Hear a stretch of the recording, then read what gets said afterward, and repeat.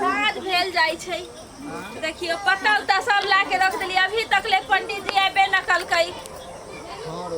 के बउआ एम्हर आ न। की कहै छी? पंडित जी के फोन कैले छली? हां, अखनी आधा घंटा पहले कहलके 10 मिनट में आबै छी।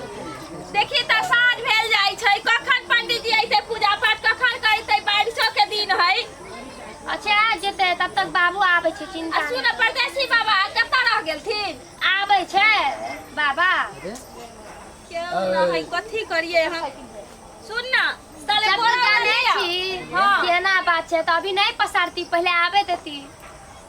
तो सुन न तले आबै छथिन पंडित जी के, जब फोन करबे कली त आइए जाइथिन। तले बोरा उरा लेना आओ, बिछावे लागी त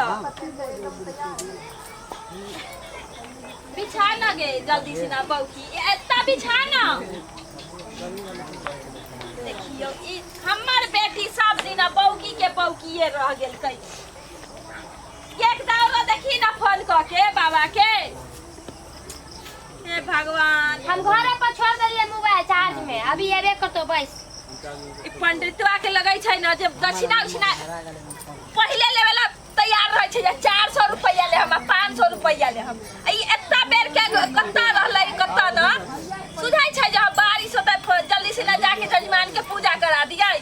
भेले त ये कत्ते बाज पीही।